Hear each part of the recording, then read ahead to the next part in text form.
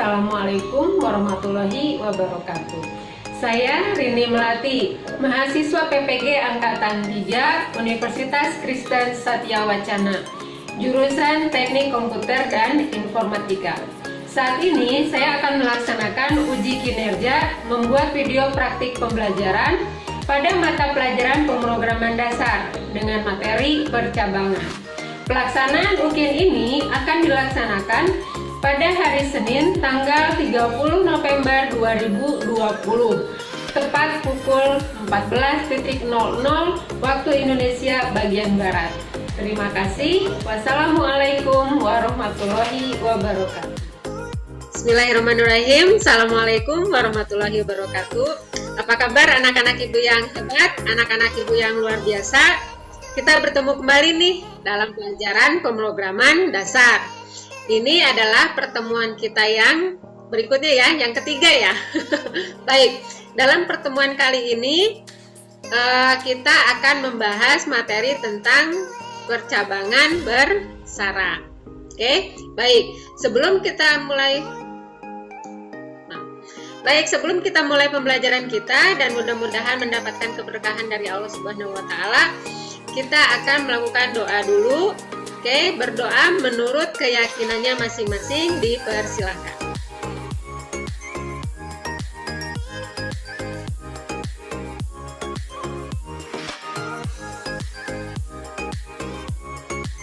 Oke, berdoa selesai.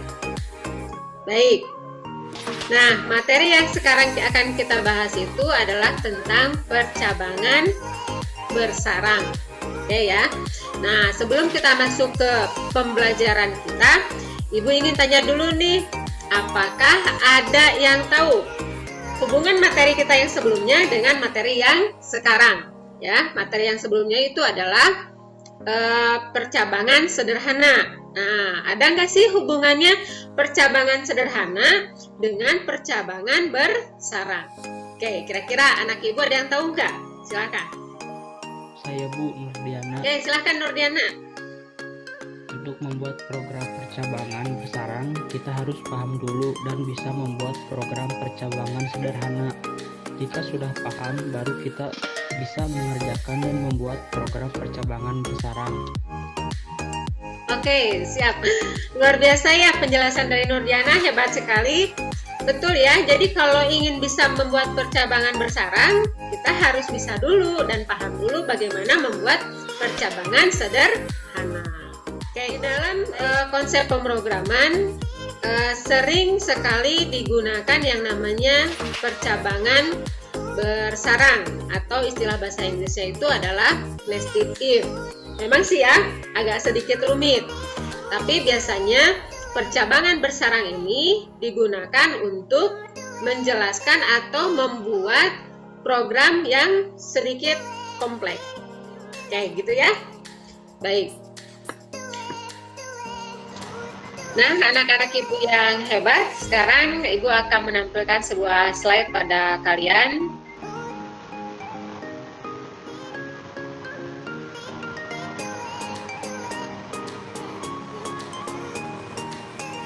Oke, slide-nya tampak nggak?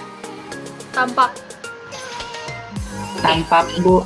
Oke, baik. Kalau sudah nampak.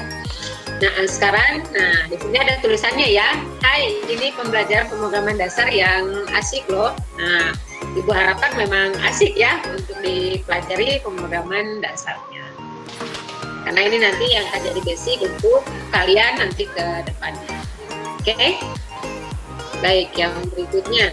Nah, untuk pertemuan sekarang ini kita akan membahas diantaranya adalah tujuan pembelajaran, kemudian pengertian, kemudian jenis-jenis, struktur, dan percabangan bersarang.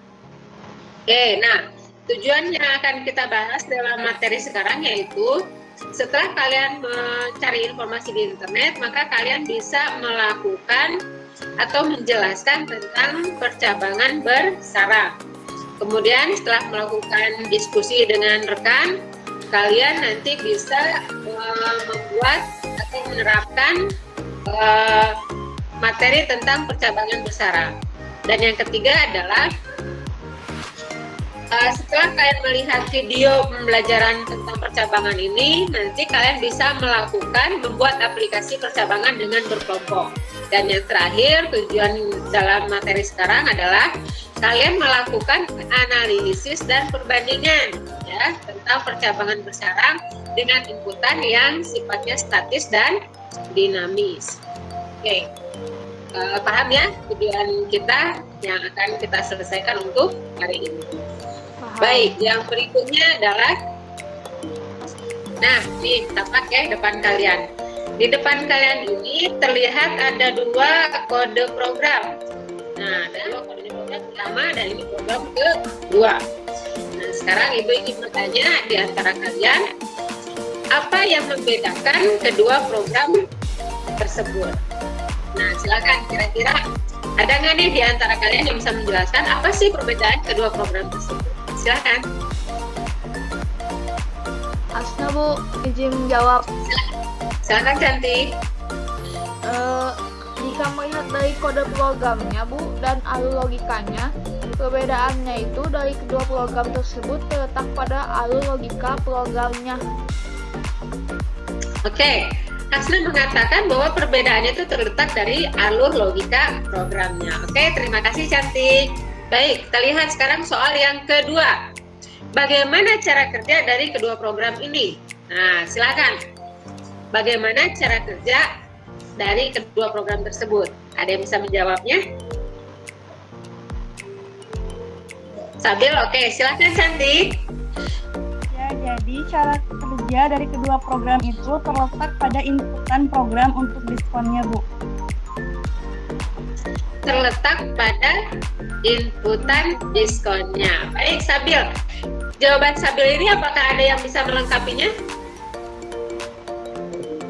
Saya Bu izin menambahkan. Oke, silakan Cantik. Program yang pertama itu membuat inputan diskonnya secara statis atau sudah ditentukan nilainya. Oke. Sedangkan program kedua membuat inputan program secara dinamis, artinya Oke. nilai diskon yang diinputkan akan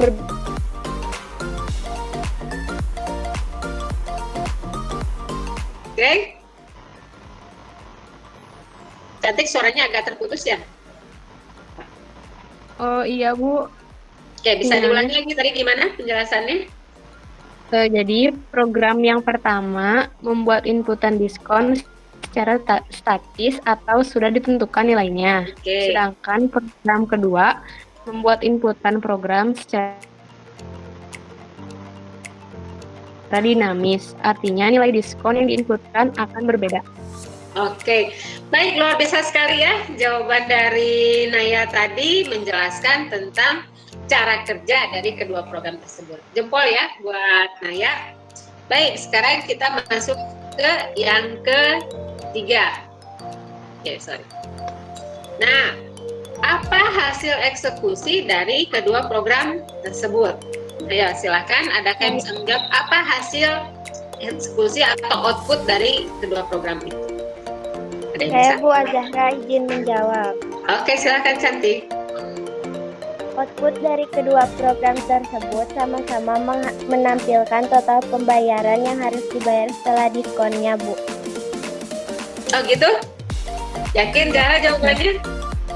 Yakin. Oke, betul sekali ya.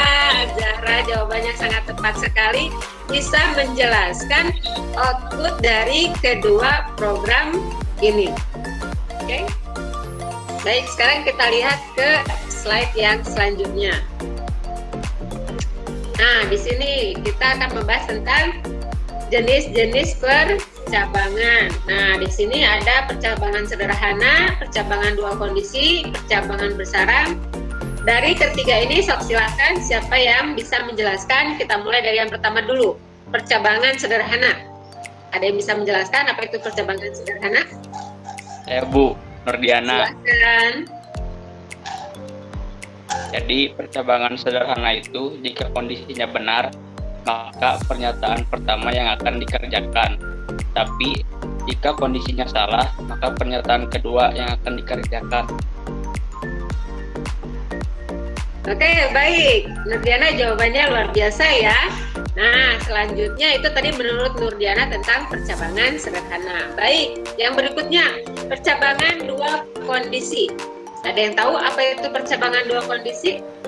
Stabil, Bu. Silakan Cantik. Jadi, if else sedikit lebih kompleks bila dibandingkan dengan struktur if yang hanya memiliki satu buah kondisi. Sebenarnya konsepnya juga sederhana, yaitu pada struktur jenis ini terdapat sebuah statement khusus yang berfungsi untuk mengatasi kejadian apabila kondisi yang didefinisikan tersebut bernilai salah atau tidak terpenuhi. Oke, luar biasa. Baik, terima kasih Sabil ya, hebat buat Sabil. Sekarang kita masuk ke materi berikutnya adalah percabangan bersarang. Nah, ada yang bisa menjelaskan apa itu percabangan bersarang? Saya Bu, Anissa. Silakan Anissa. Konsep dari percabangan ini adalah terdapat struktur if yang berada di dalam struktur if lainnya.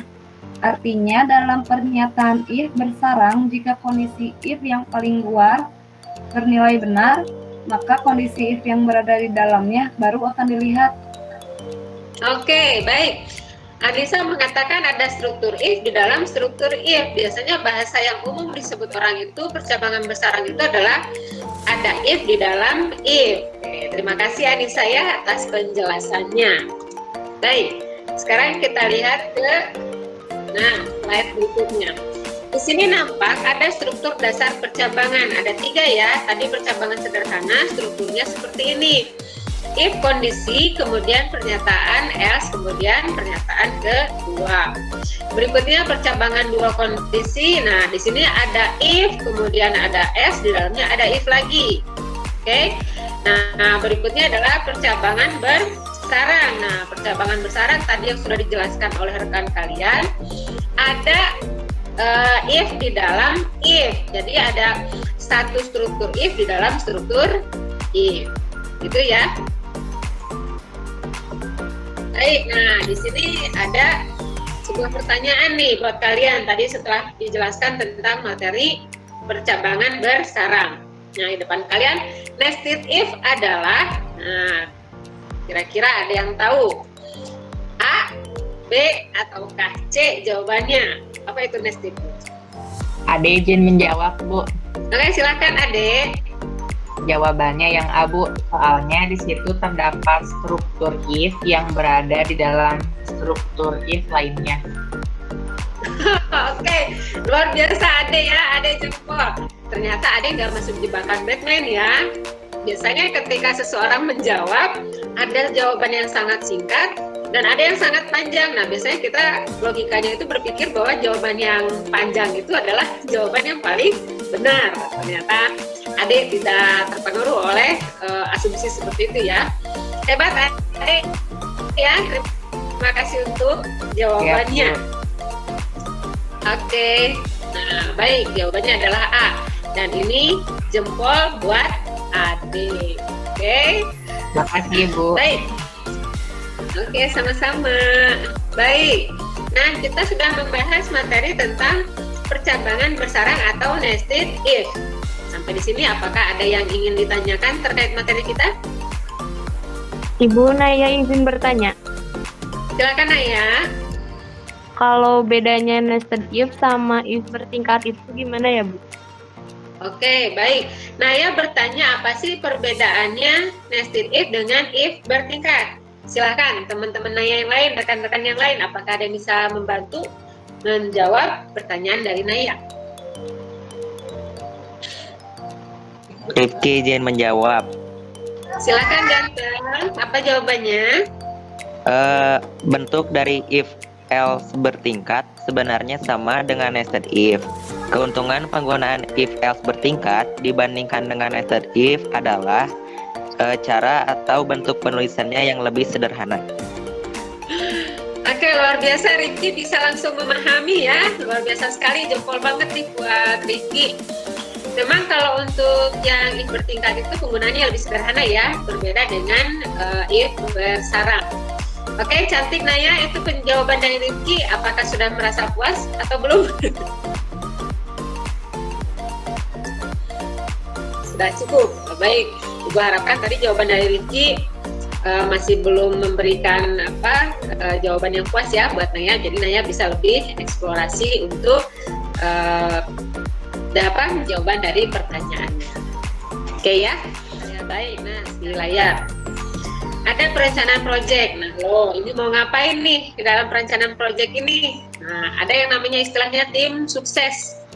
Nah, artinya di dalam setelah dalam pembelajaran kita ini ya, nanti kalian akan mengerjakan sebuah proyek secara berkelompok. Nah, kalian menentukan siapa saja tim kalian, siapa saja anggota dalam kelompok tersebut. Silakan kalian pilih siswa 1, kemudian siswa 2, siswa 3, 4, dan seterusnya. Nah, nanti kalian mengerjakan proyek yang akan Ibu berikan, kemudian menyelesaikannya sebaik mungkin dengan kerjasama yang tinggi dan ketepatan jawaban yang maksimal. Oke, paham ya? Nah, ini adalah penjadwalan pengerjaan proyeknya. Pengerjaan proyek ini nanti kalian lakukan secara asinkron melalui LMS Sekolah ID. Semuanya sudah Ibu posting di sana, semuanya sudah Ibu munculkan di sana. Silakan nanti kalian berkelompok mengerjakan dan menyelesaikan proyek. Nah, itu tadi sedikit penjelasan tentang pembelajaran kita ya. Oke, Ade cakep. Ya, maaf. Main HP dulu ya. Nanti perhatikan dulu pembelajarannya. Nanti kalau udah selesai boleh main HP sepuasnya. Oke, Ade, maaf ya. Oke, sip. Terima kasih, Ade. Kemudian berikutnya, nah, sebelum kalian mengerjakan proyek tersebut, tolong perhatikan kesehatan dan keselamatan kerja kalian, ya. Jika kalian menggunakan laptop, komputer, ataupun HP, pastikan kaki atau tubuh kalian terjaga dan jauh dari kontak listrik. Pastikan juga tidak menaruh makanan atau minuman di sekitar kelengkapan kerja kalian. Oke, ini harus diperhatikan ya. Boleh bekerja, boleh langsung mengerjakan proyek, bikin program boleh, tapi tolong hati-hati ketika membuat camilan atau minuman, jangan ditaruh di dekat alat kerja kalian, laptop ataupun HP, karena resiko kena kotoran makanan ataupun tertumpah air minum itu sangat tinggi. Jadi hati-hati ya. Nah, Ibu akan ingatkan kembali setelah kalian selesai melakukan atau mengerjakan proyek kalian. Nah, harus diperhatikan. Jika sudah selesai, laptop dan komputer kalian pastikan dalam keadaan off, tidak nyala dan tidak terhubung dengan listrik. Kemudian pastikan kalian menaruh kembali alat kerja kalian pada tempatnya. Nah, itu tadi ya, kalian harus memperhatikan keselamatan kerja kalian saat kalian mengerjakan proyek kalian. Oke ya. Nah, sudah selesai untuk materi kita sekarang. Oke, silahkan nanti kalian melakukan penyelesaian proyek kalian dengan tim kalian secara asinkron. Nanti kalian bisa melakukan kerja kelompok itu secara sinkron atau ya secara sinkron ya, boleh menggunakan Meet atau video call atau menggunakan media apapun untuk melakukan Meet dengan kelompok kalian untuk bisa menyelesaikannya. Oke, gitu ya. Baik, Bu. Ya. Hai anak-anak Ibu yang hebat, Assalamualaikum warahmatullahi wabarakatuh. Ketemu lagi nih kita dalam mata pelajaran pemrograman dasar. Semoga masih semangat ya belajarnya.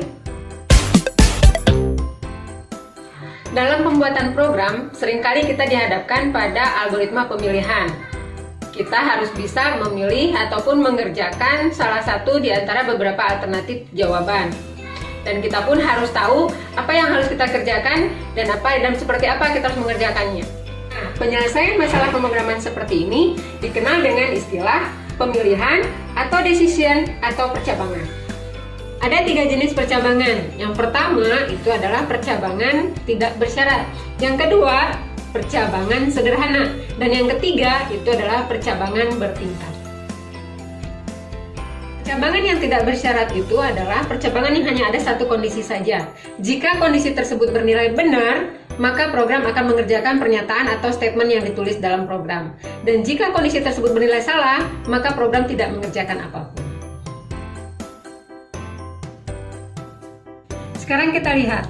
Di sini adalah bentuk dari penulisan percabangan tidak bersyarat. Sementara yang ini adalah bentuk flowchart dari percabangan tidak bersyarat. Sementara yang kalian lihat di sini, ini adalah bentuk contoh program dari percabangan tidak bersyarat. Nah, sekarang kita akan bahas tentang jenis percabangan yang kedua, yaitu percabangan sederhana. Percabangan sederhana ini, jika satu kondisi itu terpenuhi atau dia bernilai benar, maka satu pernyataan akan dikerjakan. Dan jika kondisinya bernilai salah atau dia tidak terpenuhi, maka dia akan mengerjakan pernyataan atau statement yang kedua. Nah, sekarang kita lihat seperti apa penulisan dari percabangan sederhana. Ini dia bentuk penulisannya. Nah, sementara di sini ini adalah bentuk flowchart dari percabangan sederhana.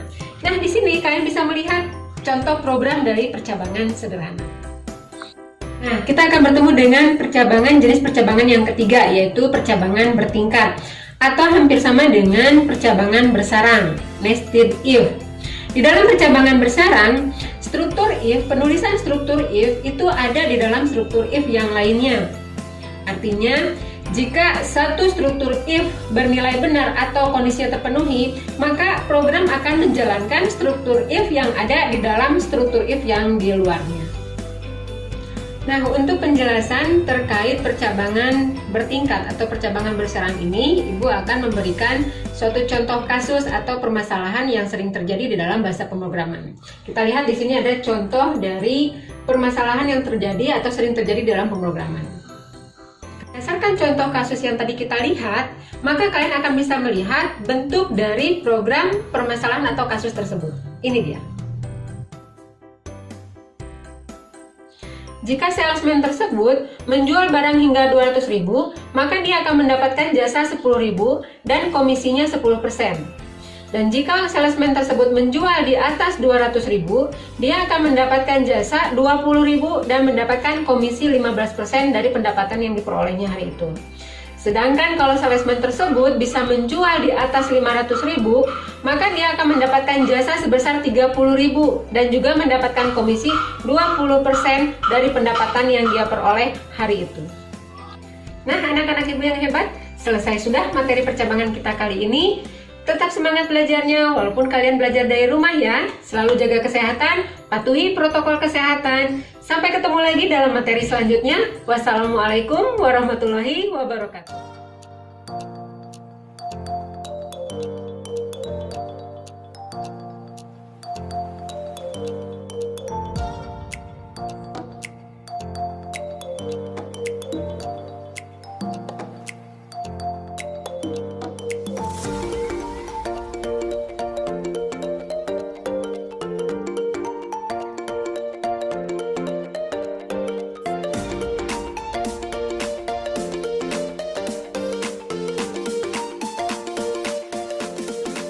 Oke, anak-anak Ibu, sekarang kita sudah masuk dalam sesi evaluasi. Setelah tadi kalian melakukan dan menyelesaikan proyek dengan tim kalian, sekarang Ibu ingin mengevaluasi apa yang sudah kalian kerjakan dalam tim kalian.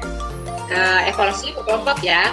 Nah, Ibu ingin tahu apa saja yang kalian alami dalam pengerjaan tersebut, kemudian kesulitan yang dihadapi. Nah, kemudian bagaimana kalian menyelesaikan kesulitan tersebut dan gimana perasaan kalian setelah kesulitan itu bisa diatasi. Silakan, kelompok mana yang akan melakukan evaluasi terkait proyek yang dikerjakan? Saya, Bu. Oke, Sabil, silakan Cantik. Ya, jadi Sabil perwakilan dari kelompok decision akan menyampaikan refleksi dari kelompok kami. Yang pertama, kesulitan yang kami rasakan yaitu saat mengaplikasikan kasus nested if dalam program. Kami mengalami error logika, sehingga memerlukan analisa yang lebih tepat agar program berjalan sesuai dengan instruksi. Kami juga mencoba mengatasinya dengan membaca dan mencari referensi lain dari internet dan juga melakukan diskusi dengan guru dan teman-teman lainnya. Perasaan kami sangat senang saat kami berhasil mengerjakan dan menyelesaikan proyek ini tepat pada waktunya dengan hasil yang baik. Oke, sudah Sabil? Ya, Ibu. Baik, Sabil tadi dari kelompok decision ya sudah memaparkan tentang evaluasi selama dalam pengerjaan proyek di kelompok decision.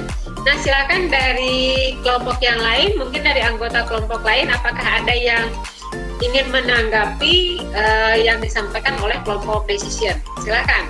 Adakah kelompok lain nih? Saya Bu, Anissa. Oke, Anissa dari kelompok mana, Cantik? Logika.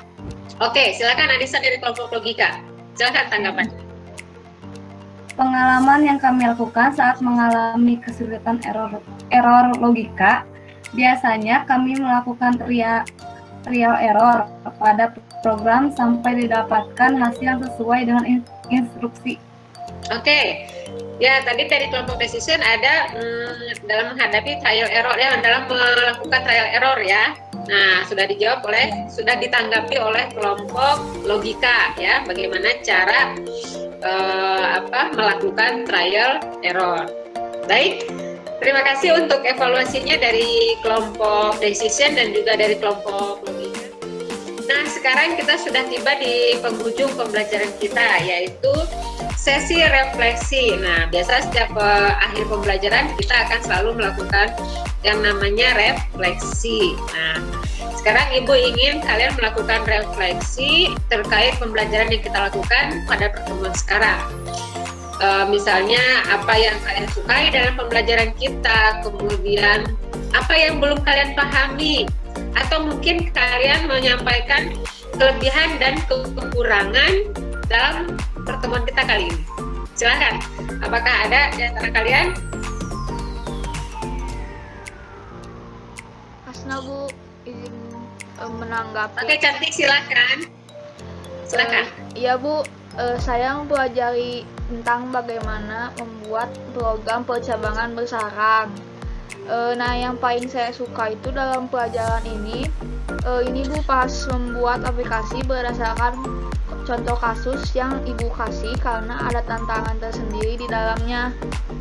Lalu yang saya belum paham itu pas ini Bu menggunakan struktur if di dalam if jika menggunakan inputan dinamis. Saya itu belum paham bagaimana caranya. Lalu kelebihannya saya banyak diskusi lagi dan tanya jawab terkait materi yang dilakukan oleh siswa. Sedangkan kekurangannya adalah ini saat melakukan pembelajaran di LMS kadang susah sinyalnya Bu, loading terus lama. Terus ya Bu, demikian segitu saja. Terima kasih. Refleksinya. Oke. Baik, Hasna tadi sudah menyampaikan refleksi ya. Sangat oke, cantik. Sangat unik di akhir ya, kekurangannya itu ketika mengerjakan proyek atau pekerjaan menggunakan LMS terkadang terkendala di sinyal atau mungkin bahkan kuota ya. Baik, satu lagi nih, apakah ada yang ingin menyampaikan refleksinya? Satu orang lagi, silakan. Saya Bu Azahra. Oke, cantik. Kalau saya mempelajari tentang bagaimana membuat program percabangan bersarang atau nested if. Terus yang paling saya sukai yaitu pelajaran saat melakukan diskusi terkait materi ini. Jadi kita merasa lebih paham dengan materi yang sedang dibahas. Lalu yang saya belum paham adalah bagaimana mengatasi program jika terjadi error logika. Kalau kelebihannya banyak kali ini banyak diskusi tanya jawab terkait materi yang dilakukan. Kalau kekurangannya sama seperti yang tadi telah disampaikan oleh Hasna Bu, dalam sinyal juga kuota. Terima kasih. Oke, Azahra, terima kasih untuk refleksinya ya. Ternyata memang Ibu menyorotinya memang unik ya.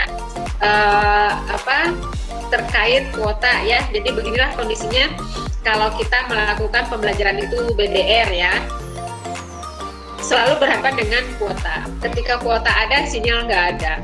Ya gitu ya. Atau sebaliknya, ketika sinyal ada, malah kuota yang tidak ada. Baik, anak-anak Ibu yang hebat, terima kasih untuk semua refleksinya. Kalian memang luar biasa. Ibu salut pada kalian. Nah, Ibu akan sampaikan untuk materi kita di pertemuan berikutnya. Itu kita akan membahas tentang looping atau tentang perjuangan. Nah, silakan kalian cari tahu sebanyak-banyaknya apa itu looping, bagaimana cara kerjanya, sejenis atau macamnya. Silakan kalian eksplorasi untuk materi kita yang akan datang atau di pertemuan berikutnya. Oke, di penghujung ini Ibu ucapkan terima kasih banyak untuk pembelajaran kita. Ibu acungkan jempol buat kalian memang sangat luar biasa. Oke, dimanapun kalian berada, jika terpaksa harus keluar rumah, tetap patuhi protokol kesehatan. Jangan lupa selalu pakai masker ya. Kemudian sering-sering cuci tangan. Dan sebisa mungkin kalian bisa menjaga jarak dan menghindari kerumunan. Oke, selalu sehat buat kalian, tetap semangat belajarnya, tetap antusias belajarnya, jangan patah semangat. Kita harus sama-sama bisa mengalahkan pandemi ini, ya. Jangan biarkan pandemi ini mengalahkan pendidikan kita. Oke, selalu sehat, selalu semangat. Kita akan bertemu di pertemuan berikutnya. Bye-bye anak-anak yang luar biasa. Wassalamualaikum warahmatullahi wabarakatuh. Waalaikumsalam. Terima kasih Ibu, terima kasih. Terima kasih, Bu. Okay.